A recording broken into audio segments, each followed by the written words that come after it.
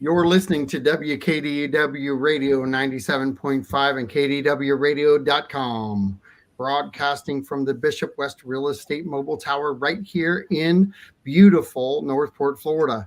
I've got three very special guests in the house. House seat District 74, James Buchanan. How are you doing there, sir?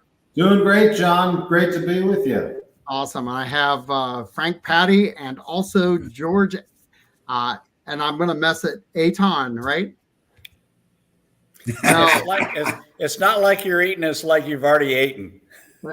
Aiton, right? Aiton, like the number 8 and the letter N, Aiton. I knew I was going to mess that up again. But George, will you please change your name? Okay, all right. We do need him to change it so it's easier for me. There's nothing like difficulty across the board. But I want to start out real quick by one of you two, Frank or George, just give a highlight of your show and why we've kind of incorporated this in today. Okay. You want me to take it, George? Yeah, go ahead, Frank. Okay. The Conservative Voice was on the air quite a while, but then the hurricane ruined it for the station and knocked everything down. We got it back up. My other co-host then, his wife was very ill, so he had to drop out. I found George begging on street corners, and I thought I'd give him a break. George and I work very well together. We have a conservative view of things, but we're open to ideas, and we discuss all the main issues of the day. And we give you advice on different things for the elderly, especially like please go get your eyes checked, and ears checked and see your doctor once a year. We give that kind of advice out there too. And we report on what's happening around, in Sarasota. But we also go into the national, and we also will give our opinion and views of what's happening today. I recently did that. George does that also. And I think you'll like some of the banter. There's a lot of fun on the show also between George and myself. It is not boring. George is really saying. We can already tell it's not boring. Yeah. And so we not only do we have a good time, but we hope our audience does. And I hope they learn something from what we say. We will discuss economics in that. And give you the different things that the government tells you about within the economic structure that is just baloney. So I think, George, you want to add to that? Yeah, and most of the time, Frank and I don't agree on anything. So we have a lot of fun with our disagreement, but it's a disagreement with honor and respect. And I worked in elections for almost 30 years. I was a lobbyist. I was a candidate. So I have a little bit different perspective on inside caucus issues. And James is sitting there grinning because he knows what inside caucus, you don't do anything without caucus approval. So we have a lot of fun and we banter back and forth. I'm his official interpreter because he speaks New Yorkese and I have a Western twang. So I have to interpret a lot of the New Yorkese out of Frank. So we have a good time. We're on. The show goes on at 5:30 on Thursdays on WKDW 97.5 FM. And like George always says, give us a chance. Tune in. Awesome. Give us a month. If you don't like us, you can shut it off. Yeah, his wife shuts him off all the time. No doubt. I can't shut you off though, Frank. That's a problem. So the other guest I have in the house is Mr. James Buchanan. How are you doing there, sir? I'm doing great, John, and I can affirm that the Conservative Voice is certainly not boring. I've had a great opportunity a few times to join them, and we've had some great conversations around state, local, and federal issues. So I kind of want to start this out with kind of a quick overview of what you do for us here in South County and surrounding areas. Yeah, thanks, John. So just to give you an idea of the district, so every 10 years, we are constitutionally required to redistrict based on census data. And as you know, Sarasota County, the greater region here is one of the fastest growing areas in the entire state. Northport specifically is one of the fastest growing areas in the country. And so the geography of the districts changed a little bit, of which I represent East Sarasota County, both unincorporated and parts of Northport. As a lawmaker, what we do is we create the laws at the state level, and how the process works. You have a bill that gets filed on the House side. You have to have a Senate companion, and then they have to both get passed through each house, the Senate and the House, and then it will go to the governor's desk for consideration. And so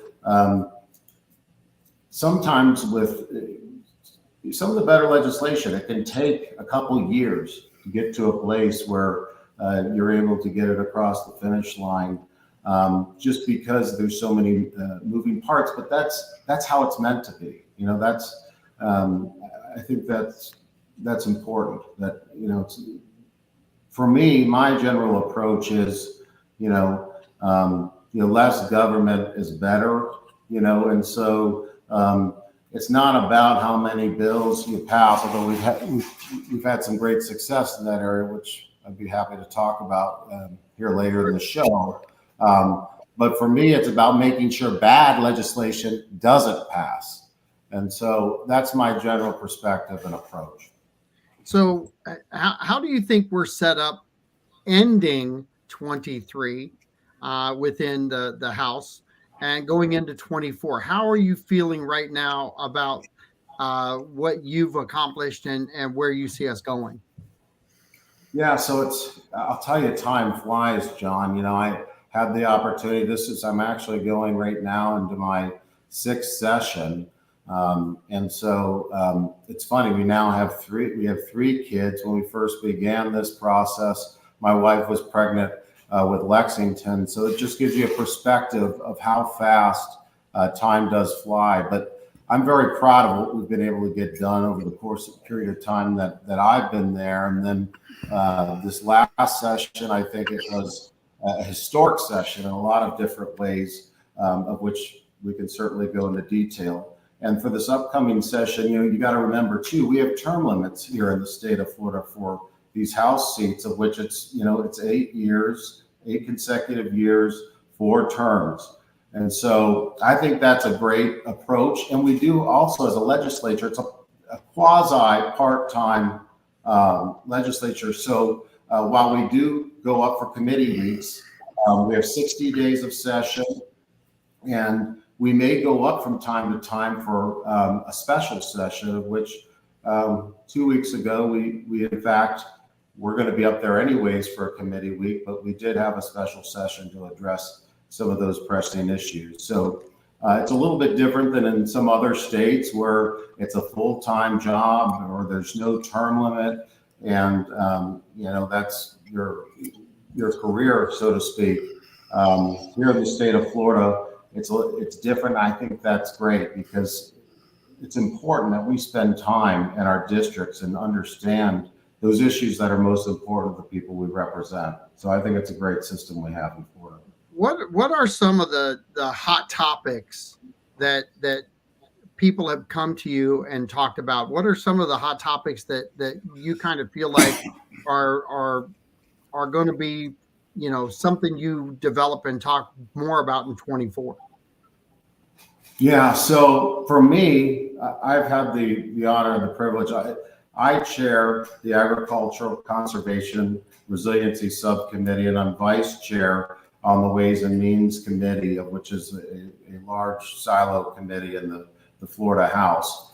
And so some of the areas that we've remained focused on, and at least within these areas, are hot topics. And one of the main priorities coming out of each legislative session is we have a tax package and Ways and Means, of which, for instance, last session, we had a historic session with tax just approaching $1.2 billion in tax cuts for everyday Floridians, creating some permanent sales tax exemptions, such as those items that might be baby products, kids-related items, school-related items, oral hygiene, and then we created a number of tax holidays. The goal is to the extent we can, we want every Floridian to be able to save money with the tax package. So that's one of the main bills that we move through Ways and Means. There's many others of which we talk about and discuss. And then in my committee this last session, we had a historic session. One of the priorities of the Speaker of the House, the Senate President, was connectivity across the state. And John, I know you're a big state and local park guy. One thing that we were laser focused on this last session is making sure we have not only connectivity with land, but also allowing those taxpayers to have access to those public lands through trail systems and a funding mechanism into the future of which will fund those trail systems, like, for instance, a legacy trail and other trail systems throughout the state. You talked there a little bit about taxes, and we'll get into the park systems too, because you're correct. I do enjoy them and promote them a lot, but I kind of want to talk about the tax side of things, because we also down here in South County, we get compared to other communities, and our millage rate we keep in check. I mean, we're running about four years in a row now of keeping our millage rate right, but I want to branch off of that and say that I want to know how difficult it is when the economy is like it is now, and the effort that you have to put in has to be more poignant to cut taxes and keep that stuff down to try to keep the families moving forward. Do you find that to be, like, strategically, is that more difficult in an economy like this compared to like 3 years ago? Yeah, and so what I'll do is I'll rewind a little bit. You go back in time to that 2009-10 period, of which you're in the real estate business, and at that time, Florida was hit very hard because as a state, a lot of our revenues came out of real estate development, and believe it or not, during those periods where we have a downturn, agriculture oftentimes is our number one GDP producer, of which we had a historic session this last session as it relates to agriculture. But you're absolutely right. You have to be cognizant of where we're at, but as a state, I think we're in a great position in terms of reserves. It'd be great if the federal government would be, in terms of constitutionally, we're required to balance our budget every session. That's other than redistricting every 10 years. Those are our constitutional obligations in the legislature.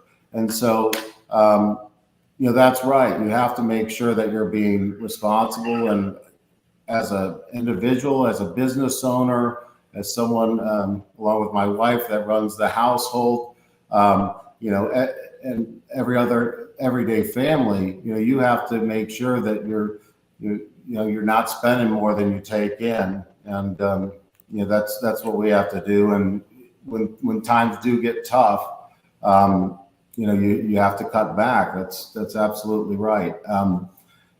Based on some of the conversations we've had, there are some areas, and you're in the real estate markets industry, so you understand.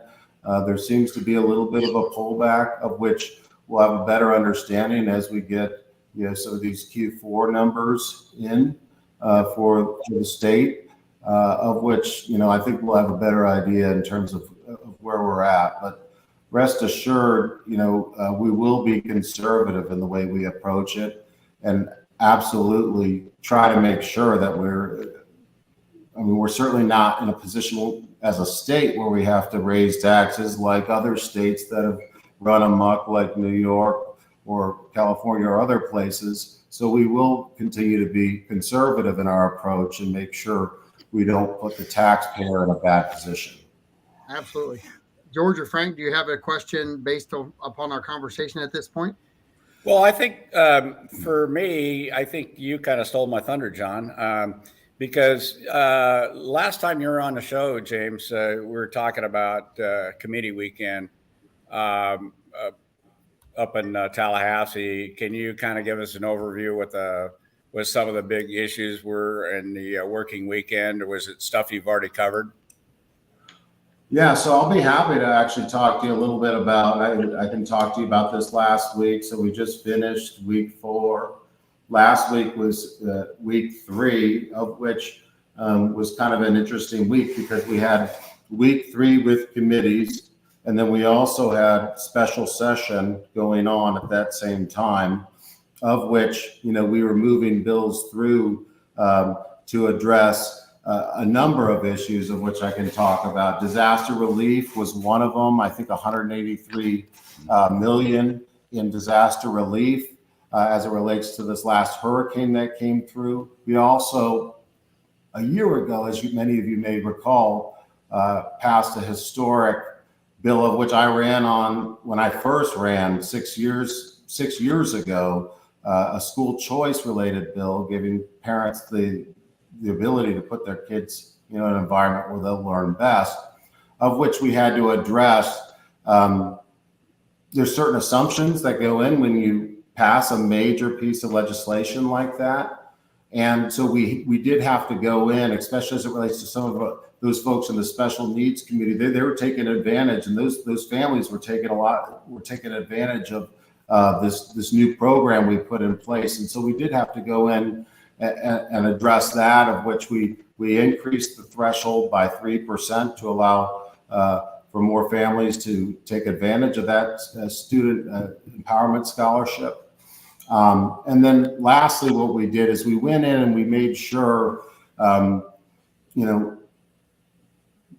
given everything that's going on, we wanted to make sure as a state that we were going to make it as difficult as possible for foreign subsidiaries that are doing business with Iran, other businesses that are connected to Iran to do business in the state of Florida. A lot of people don't realize, if we were a country in the next 2 years, we'll likely be, we'd be top 10 GDP producing countries in the world if Florida was its own country. So, we have a lot of power in that sense as a state. And so that was the last thing as it relates to the special session. This last committee week, we had actually a great Ways and Means meeting where we talked about telecom services and talked about state, local, and federal taxation as it relates to telecom and what that means. A big part of these committee weeks, guys, is about educating members, making sure that the members on the committee are familiar with the subject matter in which you will continue to talk about many times in the form of a bill or legislation further as you get into session. So currently, as it relates to our committee, we've been doing education. We'll have a great presentation week 5, which will be starting December 4th. In our committee to discuss resiliency, of which we will have the flood hub. We're going to have our chief resiliency officer, and then likely the American Flood Coalition to have a conversation around not only what we were able to accomplish historically 3 years ago in creating the grant program and a funding mechanism over time to fund those local projects that are resiliency related, but also what other states are doing and how we can make it more efficient as a program. And there are some ideas that we've been talking about in that space, particularly, we want to make sure we're getting the best return on investment for those investments that we're making in the grant program. And so one of those areas, while we did the best we could 3 years ago in implementing it to get to a place where we're able to compare apples to apples with grants, from different regions across the state. It seems like we could do a little bit better in terms of having a little bit more standardization as it relates to that and standardizing the approach so we can make sure that we're being a great fiduciary for that tax money that's collected and invested in those projects that'll give us the best return. I have to interject here. I was kind of smiling when you're talking about educating legislators, because as a former lobbyist, I lobbied for many years. That's basically my function, was to educate a lot of people on, especially legislators, on the issue of the Second Amendment and in our state, Article 1, Section 24. But I find myself having to educate a lot of legislators, because they may agree with me or disagree with me, but they don't know why. So it was my job as a lobbyist to educate them. So that's why I was kind of smirking when you said you're bringing people in to educate legislators on telecom issues and stuff, because I've been there, done that, and bought the t-shirt. Well, that's a good point as well. Education's an important part, because we all come from, as members, we all come from different backgrounds. And we have 120 members, in the Florida House. So we don't all serve on each silo, touching, each potential item, legislative item that we may see. And so when you're not serving on every silo, you may not particularly, or you come from a different background, that education can be very important for folks. You talked about the resiliency funds. Can you kind of highlight a little bit what that, how that's going to affect the areas here? What's that truly going to mean at the end of that whole process? Yeah. So John, and this is great. We can talk about this now, and then we're going to educate the members of my committee on it, because some of those folks weren't there, by the way, when we passed it 3 years ago. I had the distinct honor and pleasure chairing the committee, of which, that initial Always Ready is what the legislation was called, came out of our committee 3 years ago. And basically, in a nutshell, what we did was we created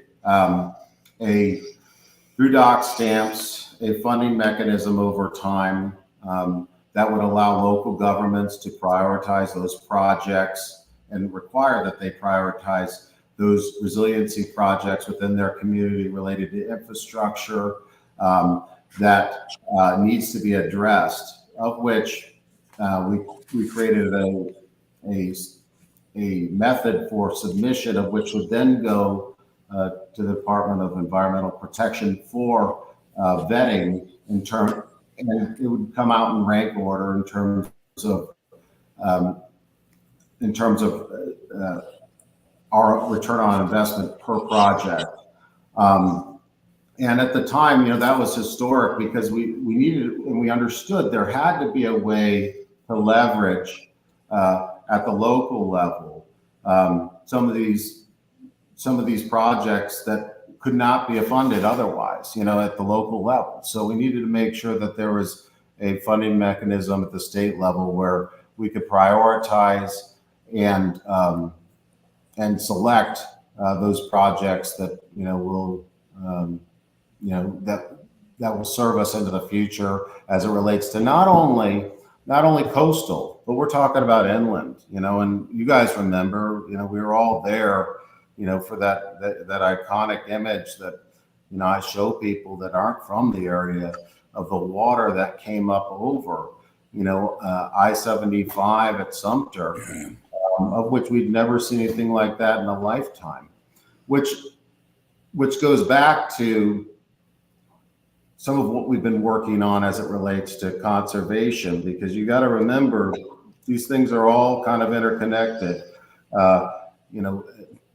If and I was actually talking to our local land trust, for instance. They believe had that section is actually more recently acquired northeast of that area, that Sumter 75 area. There's a couple thousand acres of which were acquired and put into a conservation easement. Had that not been done and that was developed, concrete does not absorb water. You know, we got to remember that. And so it's not just about resiliency either. I mean, we're also, you know, the conservation piece, you're recharging your aquifers, you're promoting biodiversity, you're allowing, you know, those large apex predators to have the range that they need in terms of having the opportunity to reproduce and have success. So all of this is it's all connected. And additionally, you know, when we begin to talk about water quality issues, that's also connected with what we're talking about, because what goes on inland also impacts some of our surrounding bodies of water. So you just kind of layered everything up there quite a bit with the conservation of land and really comparing the concrete runoff, which people do talk about the growth that we're having, and they don't want the growth, but they want the conservation side of things, and there is such a thing as having a happy marriage between the two. The resiliency side of things, I agree with you on that. You have to be resilient enough to sustain business on the other side of any of these things that happen to us in these storms. And I love the word resiliency when it comes to that, because we have been very resilient on bringing our businesses back, bringing our roads back, but we have learned so much through these storms about what we need to do to make adjustments. And I know you were down and you saw a lot of the infrastructure failure. I'll let it be said, because we did a good job lowering our canals, getting prepared for the storm. But I don't know that there is any city out there that could truly prepare itself for 12 hours of rainfall, not just on our property, but directly in connection with the flow of water to our city again. So we not only sustain 12 hours of water fall here, but we sustain, you know, another 12 hours of waterfall as it moved north. And all that water has to go somewhere. So we kind of got a quadruple whammy with the amount of water that we took on. Indeed. And I've heard a lot of the backlash from that, but at the same time, this is not your normal storm. It's one in every 500 years from what they say. But how are you guys looking at some of these properties that you just talked about and taking in consideration location and different things on helping to mediate some of that possible storm water, doing that again in the future? Yeah, thanks, John, for that question. And there's a few different things you also layered on there as well. I mean, and maybe I'll start. You began to talk a little bit about growth. You know, Ronald Reagan's chief economist, Art Laffer, once said, "People vote with their feet." You know, and that's what's happening here in the state of Florida. There's people that are moving from all over the country to Florida because not only because of the beautiful weather and the lifestyle, but because of the governance here in the state of Florida. And so it's going to be very difficult to stop. And what I can tell you, even if you pull back, when we begin to think about, I know you're a realtor, talk about affordable housing, things like that, it becomes more and more of a difficult conversation. And so I think growth is something very difficult generally to stop. But that being said, when we're talking about the conservation piece, in a way, it is a growth management tool of which can be used. And so that needs to be part of that conversation. And so as it relates to the conservation side, this last session we had, and I promise I'm going to come back around to the last part of your question, a historic tool that originated out of our committee, of which, I carried, and we passed it on the House floor and was signed into law, of which, we streamlined the entire process of conservation, not only rural family and lands that's run through the Department of Agriculture, but also the conservation easement, which is run out of the Department of DEP, making this 2-year cycle, 3-year cycle formally, trying to cut that down, which we were able to do. And in the near future, I think we'll see that that's yielded great results there. Additionally, we put in statute in that bill that we will invest no less than $100 million every year moving into the future as it relates to land acquisition and conservation via Florida Forever. So that's all really important. To answer your question about properties, of which maybe are low lying, that's one thing I think with the resiliency grants we began to touch on, and I think we're going to begin to take that to a step further, where we have, we begin to look at doing, and in certain parts of the country, in certain parts of Florida, we're doing it, H&H modeling, across the state. So we have consistent data sets across the state about what to better inform us about, what areas are most susceptible to flood, not only how flooding occurs along the coast, but taking that rainfall component into the equation, and how it moves across the surface and below the surface, of which will also inform, those local leaders, local governments, in terms of those areas that, hey, maybe it's not a great area for a particular area, may not be a great area for consideration. If it is, an area that is very low lying and very subject to flooding for development, those are things that I think will be very helpful. Got a question for you. On Jacaranda, they're building an enormous amount. They've torn up the land completely. And we don't know how many houses they're going to build on that. Problem is, the ground with the concrete and all doesn't absorb. I mean, I live over here in Pelican Point, and when the storm came, I'm off the golf course and all, and we have lakes and everything. It absorbed the water. Mm-hmm. It absorbed the water for us.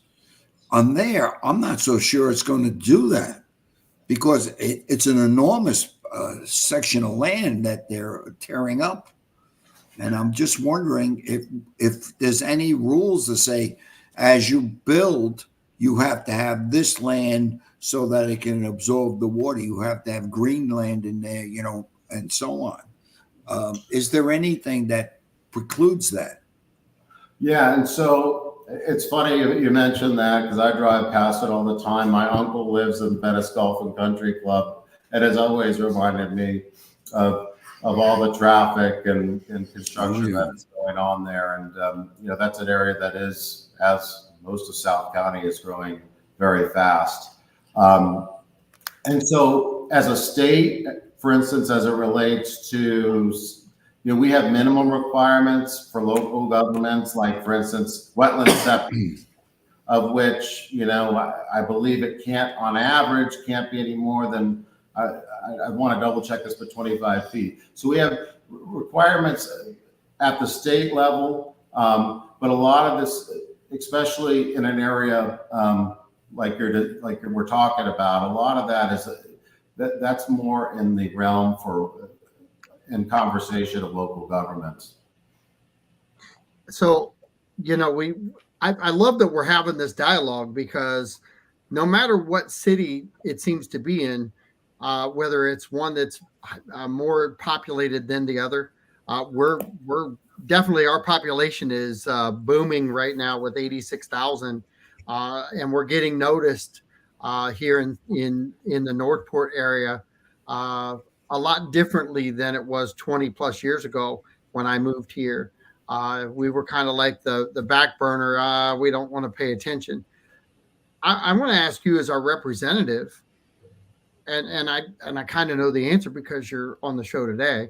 But are people paying attention to the Northport area now compared to what I was used to hearing, which was a lot of chirping?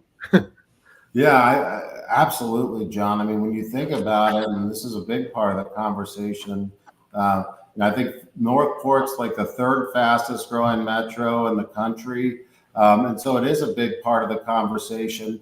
I know there's conversation in the near future where we're looking at even adding an additional exit, of which will be around that Yorkshire Raintree, which is really needed. Indeed. And there will be a lot of opportunities that will also come for that region with that exit, whether it's more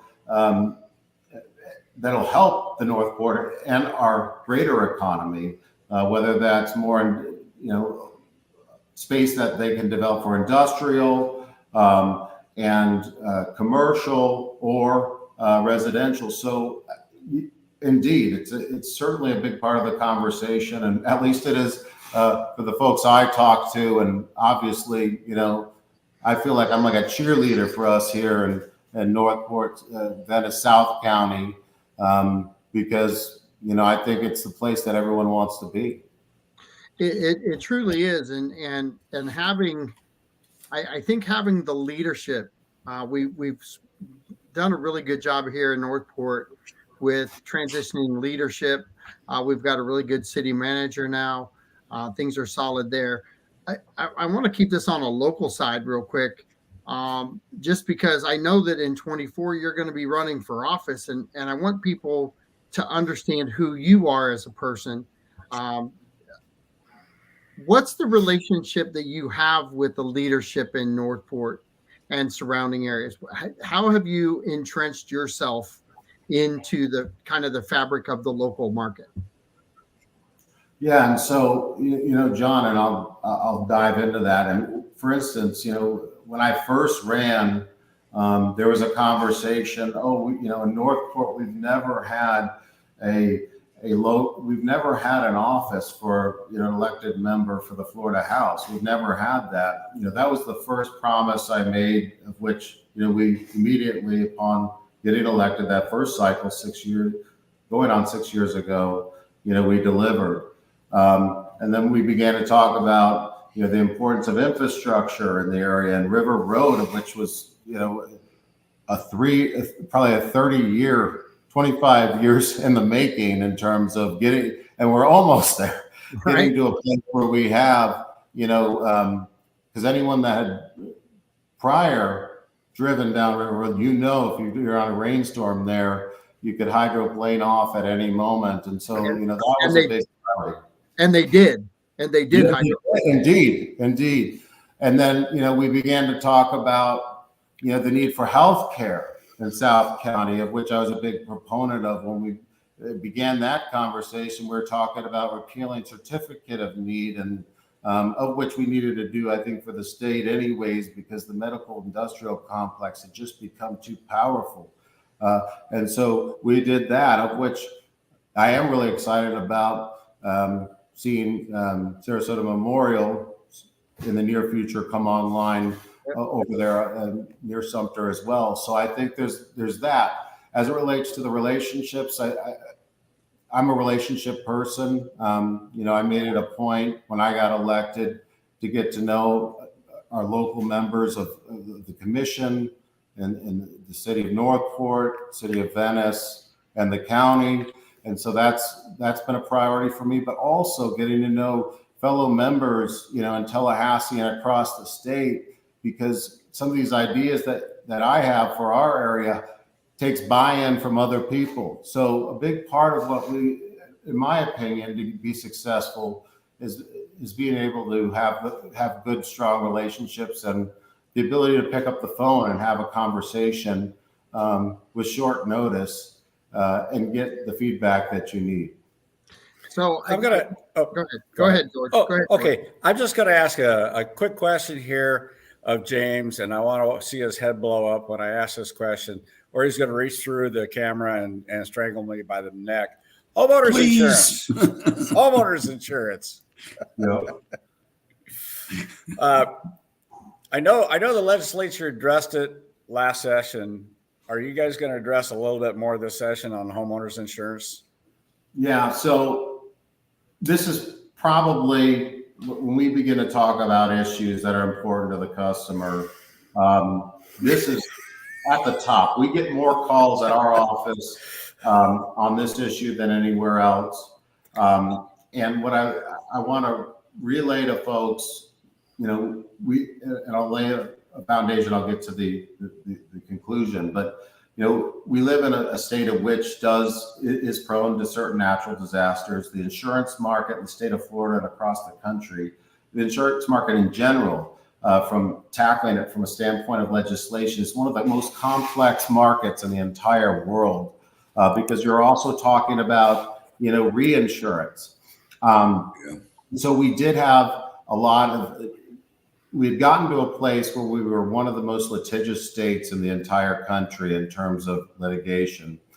So we did made some important reforms, not only in the special session before last session, but during last session, in addressing some of this, getting away with some of the one-way attorney fees and some of these other cottage industries that had popped up in and around the insurance market. Now, you also want to remember that you're on a pendulum here, so if you have consumer protections, and then you have, the tort reform piece, you want to try to be in a place where if you have insurance, you also have the ability to access it if you need it, and so there's a fine line as it relates to that. What I'll tell you, I think with the reforms we've made, it will be effective, but you got to remember, we didn't get here overnight. This was a number of years coming, of which we are where we are. But with this free market approach and these changes that were made, I think we're going to begin to see more. We're going to begin to see more out-of-state insurers come into the market, of which we want to see. We're going to begin. We created a mechanism last session where companies can come in and take down the citizens' role, of which is also going to be helpful in diversifying that, because you got to remember, Citizens was created as the last resort insurer, not the first Or the only.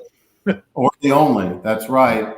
And so we will see with more coming off Citizens. I will remind you as well, in the past, 2011, because I've spent a lot of time on this, I was looking at the enrollments in Citizens over the last, 2 decades. There was a point in time, it was around 2011, where there were more policies on Citizens' role than today. But that we shouldn't even be talking about that. This is about making sure that we're in a place where we're able to bring down the cost of insurance for those folks that live here in Florida. And so, yeah. No, I'm sorry. I thought you were finished. One of the factors that really hurts, you're getting constantly phone calls. People don't realize insurance companies are not for profit. They have to produce, and they have shareholders at the same time. The only thing is we've done pooling, from my understanding, and I understand insurance pretty well. So they've done pooling, reinsurance. Did they do pooling, seeing if we could join a pool with other states and so on to offset some of the cost, and I really question whether we've done that. Now, none of these things may work. Remember, I spoke to you about a couple of ideas, and I said, I don't know if they would work, but it was a couple of ideas on the insurance. and that had to do with reinsurance and splitting up the liabilities itself by the different companies and so on. But people don't understand the fact that, well, you should. I've heard so often you should put a law in there that the insurance company's got to stay. How about a concentration camp? We could put the executives in one, and the company has to stay. I said, don't be ridiculous. Don't be ridiculous. The company is there to make money. They can't be laying out money if no money's coming in or not enough money on it too. But the pooling was another idea I thought they probably were doing, but I wasn't sure. Yeah, and Frank, I'm going to answer that and also circle back to what John was getting at earlier as it relates to, this is certainly something we're looking at, but whether or not there will be more legislation around this, I am certain of it, of which there are certain areas that there needs to be. For instance, I have a bill in drafting right now, of which, and I'll give you kind of a background on it. There are certain multifamily developments that condominium developments, of which specifically some of them are in barrier islands and other flood prone areas, of which previously did not have a problem going to the private markets and getting that insurance. And they were able to get it for the full replacement costs. Well, we're now in a place where there's no private insurance companies. And so Citizens has said to them, hey, because you have a short-term, and it's in statute actually, because there's a short-term rental component and over 50% of the units have a rental program of which is less than a month in duration, we're only going to insure you for $5 million, but we're going to double your premium, or in some instances more than that. And the total cost to replace the total limits, $5 million that they have in insurance, and they're not able to get to that total replacement cost, of which is a major issue. And so I do have a bill in drafting that will address some of that. As well, there's been conversations around the Save My Homes program, of which we did some great things in the special session as it relates to that, but also whether or not, and these conversations will continue in the session, should be included and apply to a multifamily condominium, for instance, if you want to, or the Master Association wants to make certain resiliency related changes like double impact windows, other things that they could see some benefit. So in other words, there is more coming, but I encourage folks, we may not see the results from this last session within this next period where you're going to probably be up to get insurance again, but within 18 to 24 months, I really strongly believe that we'll begin to see things move in the right direction. We'll begin to see more insurers come into the industry, and we'll begin to drive down the cost of insurance here in the state of Florida, which we must do because this is a hidden tax. So Great. let me go with this though. Do you think that that's pending no more major storms? Or do you think that if we get blocked a couple times, John, I'm just asking honest because we're kind of set up in that realm. But I want to keep people's hopes up on what you guys are working on, but with the reality of Mother Nature. Yeah, great point, John. And I think we would be in a little bit, I think those reforms still had to take place and were desperately needed. And the long-term result will be the cost of insurance will come down. I think we would be in a better place had we not had these past two storms that were just ravaged the state of Florida. I think we would be in a better place today. But we were talking about it earlier. We live in a state that is prone to natural disasters such as hurricanes, and this is something we very well may see another one next year. I'm knocking on wood right now and praying that we don't. But that's certainly a possibility, John. We've got about 4 minutes left, and I've really enjoyed this conversation, and I hope we can do this again because I'd love that if we could do this again soon. That'd be great. No, absolutely, and I think people need to be prepared to hear a lot of this information too, because the legislation side of things, everybody's always, we're in this quick fix, instant gratification, just I want it today. And that's truly not what you do every day. Now, there's some things that you get quicker results from, but the House, it's not going to move and change things tomorrow. Is that accurate to say? Yeah, John. Well, you're right about that. What I will say, a lot of people may not realize, and we have helped out hundreds and hundreds, and after Ian, thousands of folks. We, as an office, one thing that we do is constituent service work, of which we have a tremendous team. Thomas Saavedra runs our local office. Lindsay Cosby runs our Tallahassee office, of which the number, the email is at the bottom of this broadcast, of which, a lot of folks have an issue that they come across. In light of Ian, we were helping folks deal with insurance companies and some of those issues. There's veterans issues and other issues that come up from time to time, and we help them get to the right place. So in that sense, we want to make sure that we're able to help our community, those folks that need help, reach out in any way we can, and we take great pride in doing that. As it relates to legislation, I think it does nothing occurs necessarily overnight. However, what we are able to accomplish, or if we pass bad legislation, I do think, there's folks that I think it could steer us in the wrong direction as a county, or the right direction in terms of a state. So, but the effects are not immediate. That's right. And 2 minutes left, but I want you to highlight your office again. I've got the information scrolling at the bottom, so you can cheat. It's your cheat sheet if you need it. But tell them where your office is, and you got the last 3 minutes to kind of hone in on that and tell them why they should really reach out to you and feel like your doors are open.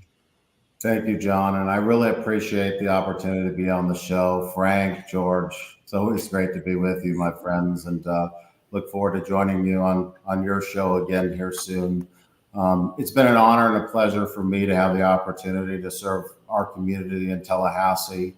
At the end of the day, I work for you, and I will not forget that. Our office is located in Northport, 5900 Pan American, and our phone number is 941-429-4560.